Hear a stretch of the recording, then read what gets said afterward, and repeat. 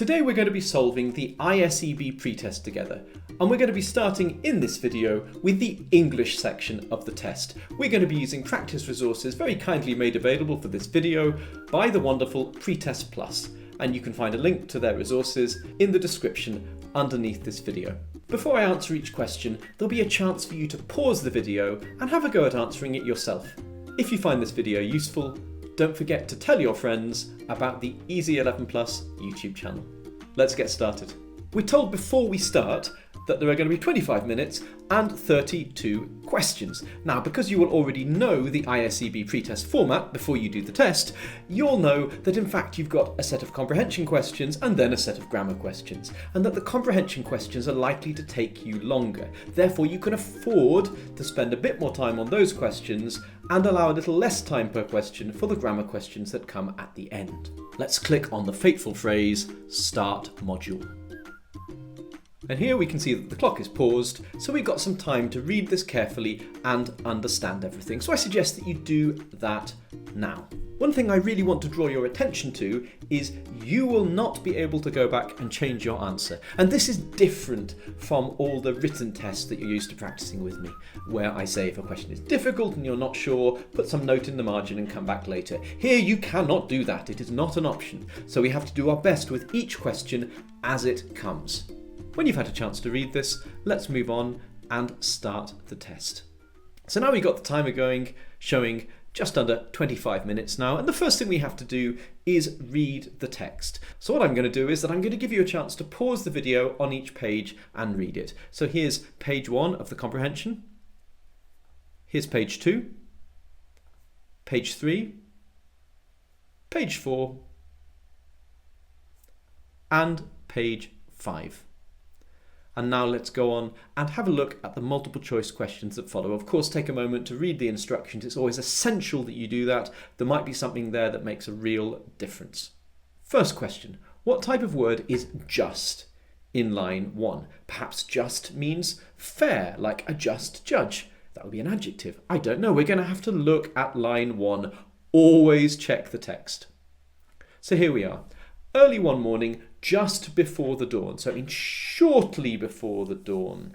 A very brief time before the dawn. Now, time modifiers like this tend to be, perhaps you don't know. Could it be a noun? Just, no. Is it an adjective? It isn't describing a noun. No. Is it a verb? No, nothing is being justed. Is it a preposition? So, to the shop. Well, it is describing a time relationship. Could it be a preposition, or is it an adverb? You need to know that time modifiers like this are invariably adverbs. That might be a bit strange. You're used to an adverb describing a verb. He ran quickly. But these are also adverbs. The term adverb is used to describe lots of things that won't obviously be adverbs in the way that you're first taught. It's just annoying. It's a feature of grammar. It annoys me as well. Just before dawn, it is definitely an adverb. As the east was growing rosy, what does this mean? This is in line 7, so they've been travelling all night by moonlight, and now as the east was growing rosy, this is about the end of the night, so the sun was starting to rise. Option 2 looks really plausible. Let's check the other. Sunset, no. Temperature rising, maybe, but who knows? Everyone was feeling happy, possibly, but we aren't told that. The moon was setting, might be tempting, but first of all, the moon setting wouldn't make the sky rosy red. And secondly, the moon doesn't necessarily set at the end of the night. If you have a look at the night sky in the following nights, you'll see sometimes by coincidence it does, but the time, it's on its own cycle. Which word tells us that the route they took down to the wood was not direct? So let's go through these options and see which ones might be, and then check them with the text. Riding, irrelevant. Slope, irrelevant. Growing, maybe their path, their route was growing unsteady, I suppose. Travelling, no, it's just what they were doing. Winding, that looks likely. Let's check them. Growing and winding, both in line 7. The east was growing rosy. No, that's about the sunrise. But winding, we were winding down to a little wood. That's clearly the right answer. On to the next one. The breakfast swung with mocking lightness. This is an example of alliteration. No, check my video on alliteration if that doesn't make sense. Personification. The breakfast was mocking. It's a breakfast. It can't mock you, except here it does because it's described as being like a person. Personification. Hyperbole, it's not really exaggerated. Simile, there's no like or as. Onomatopoeia, there are no sound words here. It's personification. Of course it is. So we can choose that. What does tiffin mean? Okay, let's assume you've got no idea. So we hear that the breakfast swung behind Justin's saddle. It was just a few handfuls of cold rice rolled in the butt of a banana leaf. It was also tiffin and dinner, for we were travelling light and fast. So it was doing these different jobs. So it was breakfast, tiffin and dinner. So that must be screaming out lunch. That would make sense in that sequence. So let's provisionally select that, but not click left, because then we don't have any chance to change it. Supper, breakfast, supper and dinner. Supper and dinner would be about a similar sort of time, both in the evening, right? So that doesn't really convince me. Cake, not a meal. Biscuit, not a meal. Dessert, not a meal. All these things are possible, they don't really fit. So lunch really calls out. Now, I have a slight problem with this question, or with this answer, which is that if you come from the north of England like me, you might be used to having breakfast, then dinner, and then supper, rather than breakfast, lunch, and dinner. So, in fact, you could make an argument for it being supper and dinner. That would be out of order here. And if we're going to talk about standard English, which is a little bit of a problematic concept, then you're probably talking about breakfast, lunch and dinner. But I can see there being some room for confusion here. And some people might argue about which terminology was correct, insofar as one can use the word correct when we're talking about the meanings of words. Why did they have no food on them other than the rice? Okay, why? For we were travelling light and fast. That's why they just had the rice doing the job of all these meals. So they did not want to be weighed down. Well, that goes with light and would match fast.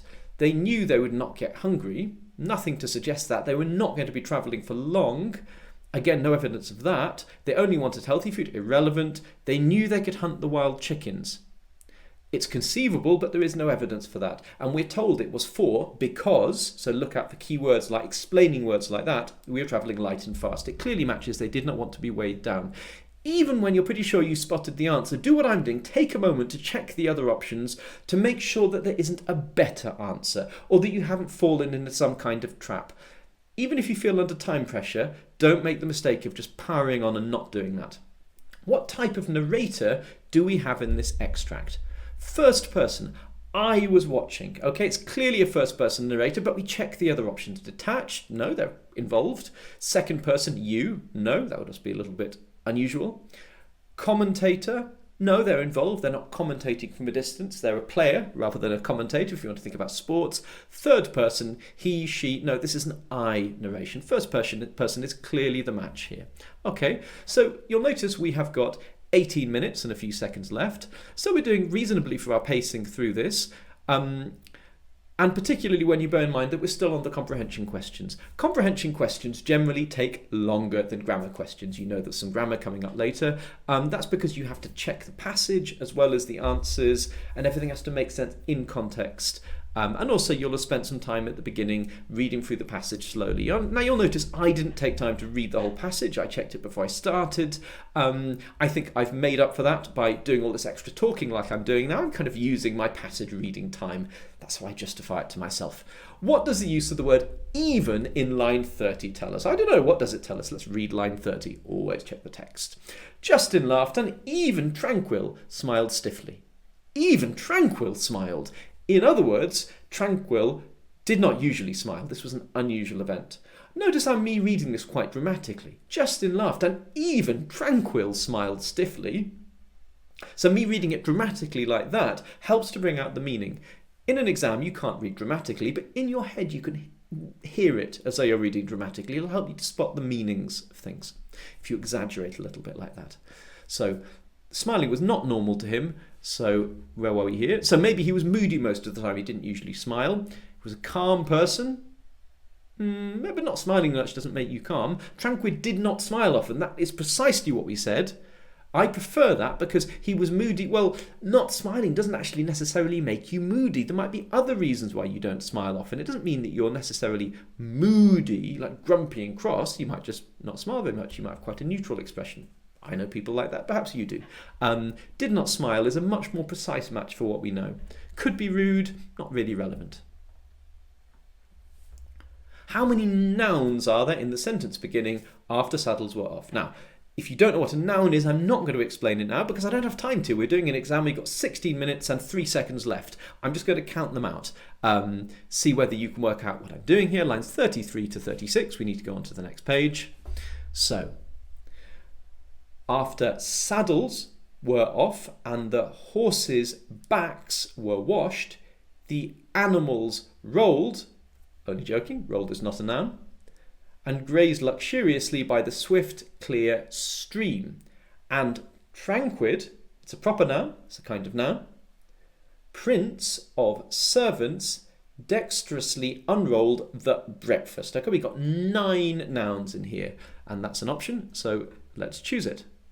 Onwards. Why do you think the author used the word snowy to describe the rice? Line 38. He laid stones on the corners of the leaf and patted the snowy mass of rice out smoothly. Okay? So, was it because the rice was thawing out? We have no evidence that the rice was frozen, and you wouldn't call something snowy to mean that it was thawing out. You'd use it to mean that it hadn't thawed out, else it would be slushy or watery or something. Because it was white and soft, we use the adjective snowy to describe things being white and soft. That is snoft? Soft. That's common. I wish snoft was an adjective. It's a rather nice word, isn't it? And that makes sense. So we'll select that provisionally. Because the rice looked like a snowman. When do you ever say snowy to mean it looked like a snowman? That's far too specific. No, you'd have to say it looked like a snowman.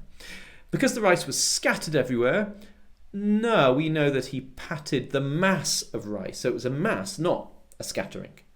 Because the rice was freezing, there is nothing to suggest that if you wanted to say that something is freezing, maybe you'd call it icy, or if you want to be poetic, gelid or something like that, but not snowy. Nah. Anyway, there's nothing to suggest it's cold like that. Because it was white and soft, matches beautifully. We don't need to go beyond that.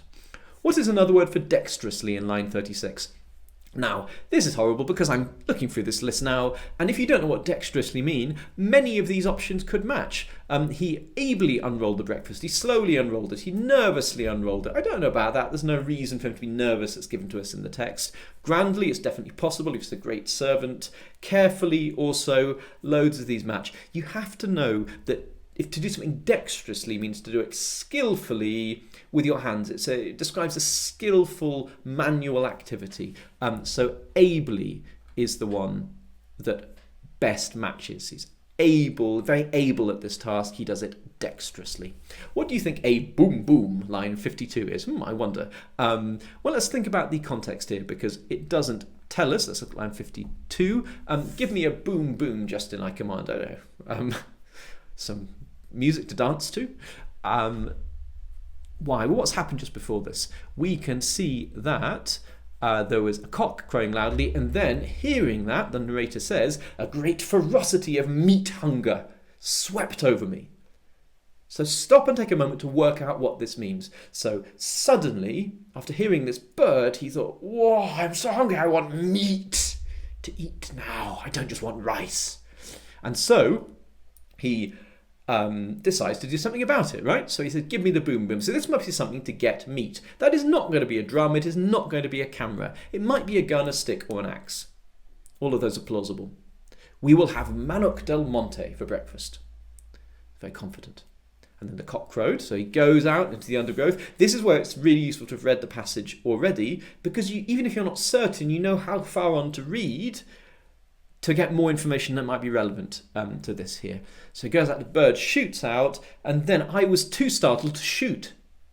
To shoot, okay? So he would get the meat by shooting the bird, which means that he must have been planning to use a gun, okay?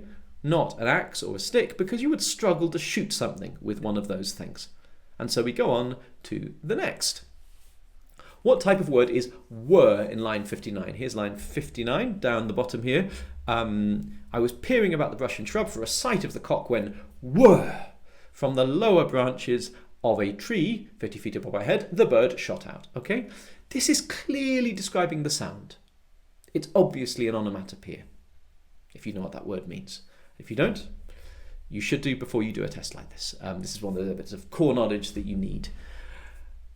Homophone and onomatopoeia, line 3, or homograph and onomatopoeia, line 5, or option 5, I should perhaps say.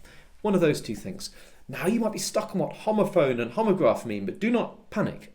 You probably know that homo means same, because that comes up in lots of words. Homophone, where else do you encounter a phone? It's something that you type on, but obviously originally it's something you listen to. Phonics, the sounds in words, or phonetics. Phonics is a method for learning the sounds, a very subtle distinction. Anyway, phonics to do with sounds. Homograph, what's a graph? It's something you draw. Homograph, it means they're drawn or written in the same way. So, is it a word that sounds the same as another word? Or is it a word that looks the same as another word? So, were doesn't look like any other word, W-H-I-R, but were, we were having great fun doing ISEB PreTest practice. Were you? Great. Surprising. This has the same sound as another word, which has a different meaning, in other words. So it's a homophone and an onomatopoeia. So let's select that. On to the next. White and green and gold. Why do you think there's an and in all these places? Using and places emphasis on each individual colour. Well, that is clearly happening, so that is an answer that makes sense. We need to check the others. He was not confident using commas. Right, a really good rule for any comprehension exercise. The answer is never because the author is a bad writer, made a mistake, didn't know what they were doing because it was misprinted. You always have to assume that everything has a purpose. Because if it doesn't, if it's just at random, then why bother trying to explain any of this stuff? It could just be random, could all just be random chimpanzee generated symbols on a screen. So don't go with the it was a mistake option. So not competent using commas, typing error. No, there was nothing else he could do between the words. He could have put a comma, so that's untrue. It means there's more emphasis on the word gold. I cannot see how that's the case. White and green and gold, they all have similar emphasis because using and places emphasis on each individual colour. Option 1, clearly the answer here. Whew. What did the word sailed away in line 61 tell us? Okay, so the bird shot out with a boom and sailed away between the tree trunks. A dazzling vision of white and green and gold. The Manoc del Monte swam away. It is in the sky. It is not in the water. So also the last one, they're near a river, doesn't really make sense. Like a boat, I guess that's true. Sailed away, it is like a boat. There was a strong wind. Nah, nothing here to indicate whether the wind was strong or mild. The Manoc del Monte flew away swiftly and confidently. It sailed away into the distance. Yeah, that fits. So is it better to say like a boat or flew away swiftly and confidently? Because both of these are potentially correct answers. That can happen, okay? We have to choose the best answer. That's how multiple choice works. Well, like a boat, was it shaped like a boat? Did it make a noise like a boat? I'm not sure. Flew away swiftly and confidently matches well and is specific and exactly captures the image in my mind, and I hope also in yours. It's the better answer of the two, even though either could be right. What do the Manoc del Monte and the hummingbird have in common? Their intelligence. It was brilliant as a hummingbird. Oh yeah, hang on, intelligence? A hummingbird intelligence? I've never heard that. Whereas their bright colours, brilliant as well as meaning intelligent, can also mean brightly coloured. I looked into the brilliant light. I looked at the brilliantly coloured picture. That's a much more likely thing to match a hummingbird. Speed, size, noise, no, not relevant to the word brilliant. Right, on to the next. So we've only got 7 and a bit minutes left, and we've done fewer than half the questions. Do we panic? No, we move steadily. You'll see. Right, there's a mistake somewhere in each of these. Dealing with foreign currency. So read each syllable and you'll spot. His infectious just doesn't look right. Should have a T instead of an S. My learning mentor requested that my mum contact her. My mum. Okay, it isn't mum instead of Louise. It isn't a proper noun taking a capital letter. It's just my mum, like my teacher, my head teacher, my doctor. It isn't a title. It doesn't need a capital letter. Lowercase. Tricky one, that one. A mnemonic, you need to know how to spell that, assists you in retaining information or retrieving it from your memory. Yeah, it does. The repercussions of the dissension will reverberate for many years to come. This is so difficult. It's in here. You might know the word dissent, so it looks like dissent. Dissension, a situation in which there's dissent, but the T becomes an S. I'm sorry, it's just horrible. That's what it does. It's a really rare word, and they've misspelt it. If you don't know it, well, that sucks. Put your shoes on, son, said father, because we need to leave straight away. Hang on, that's father talking. But where does he start talking again? We're missing the quotation mark before because. See, we're flying now. Was it really Ben Franklin who said, take a little pause for the semicolon, a penny saved is a penny earned? Now, the person writing this clearly meant a colon to say, he said this. What did he say? A penny saved is a penny earned. They might also have a comma. I'd probably put a comma there in most cases. What you wouldn't put is a semicolon. It's doing no particular job. It's just a weird use of a semicolon. My mother-in-law's son's daughter is my... Well, hang on. Son's daughter, the daughter of my son. Possessive alarms flashing in your brain. It needs an apostrophe, doesn't it? It's the daughter of the son of the mother-in-law. So there's possession going on. Hopefully he isn't possessive about things, but he does grammatically possess his daughter. So he has an apostrophe. Next section. A part of each passage is missing. We need to choose the word to fill it in. You'll be familiar with this kind of question. I am feeling somewhat below the weather, beneath the weather, above the weather, under the weather. You need to know the idiom, the phrase. Under the weather, not feeling great. If you don't, you're stuck. Your opinion is, again, prematerial, submaterial. I wish that was a word. It sounds rather good. It sounds very rude. Your opinion is submaterial. Immaterial. Irrelevant, I don't care, that kind of thing. These are tricky because if you don't know them, there's really no way in. Question 6 is the most something question, most adjective question, the most challenging. Of course it is. This one's quite easy, to be honest. I'm not going to go to length explaining that. You'll know it. Not going to go to length. That isn't English. What am I saying? I am going to ask you many questions. A few questions. Of course that's the answer. Check the others, but of course it's the answer. You are intelligenter than your cousins. If you think that's the answer, you probably aren't. You are most intelligent than your cousins. You are intelligentist than your cousins. I love these. They don't sound very correct, do they? You are more intelligent than your cousins. Of course you are. They aren't very bright. It's not too much of a compliment, really, to be honest, knowing your cousins. On to the next. You are intelligent than your cousins. You need to check them all, but this is clearly the right answer. We will, this is difficult because these all sound like raise, okay? Now, if you don't know it, you might get a bit stuck, but you might notice the last one say raise with a Z. That's a bit like the word razor. So if we're going to knock the buildings down, it's like making them flat, which is what hopefully a razor does, smooths things out. That is indeed what the word is associated with. It means they've been shaved down to the ground, they've been utterly destroyed. It's a very metaphorical verb. We will raise the dilapidated buildings to the ground. To be honest, I mean, that's the way you could work it out. I'd be really impressed if you worked it out that way correctly without knowing the words. Well done if you did. But if you don't know it, you're unlikely to get it except by luck. Quite a few of these in this test. That's difficult. Dogs are needy. Cats are independent and aloof. We've clearly got opposites here. Dogs, allegedly, are needy, whereas cats are independent, okay? So we need a word defining the idea that these are opposites. These are different situations. Considerately does not do that. Courteously, likewise, does not do that. Maybe the cat is courteous, maybe it isn't. It depends on the cat. Conversely, converse, inverse, contrast, contradict. There's lots in there to suggest an alternative, even if you don't know the word. Credibly means like believably, doesn't it? Believably. I'm not talking about a Canadian pop singer. Cunningly, cats are independent and aloof. They can be cunning. They can be really outrageously stupid as well. It rather depends on the cat or the mood that it's in. Anyway, conversely is our answer here. I know with something, I'll go to the wedding. With you, dear viewer, I will go to the wedding. No, with whom, with who, with whose, with whose, with when.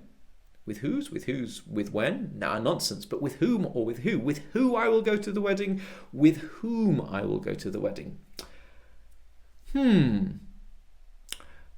This is not the subject of the sentence. I will go with this person. This person will go to the wedding. Who will go to the wedding? With whom will I go to the wedding? It's the object. It's whom. Now, this can sound slightly old-fashioned, certainly in a lot of spoken English, a lot of modern English. We just tend to use who even where we should use whom. But here we're talking about an English exam, and we need to give the answer that we should use, not that we would use because we are linguistically a little lazy or just modern. So whom is the, as it were, correct answer here. And look, we seem to have reached the end and we still have 51 seconds left. Not too bad. The egg timer of doom whirs around. Let's see how this went. 32 out of 32. Fantastic. You've done quite well. Of course, that isn't the end of the test, because the next part of the test is about mathematics. So I would now click on the video that should appear on your screen to go on and try the next section. A huge thank you to PreTest Plus for sharing these fantastic resources and allowing me to use them in this video.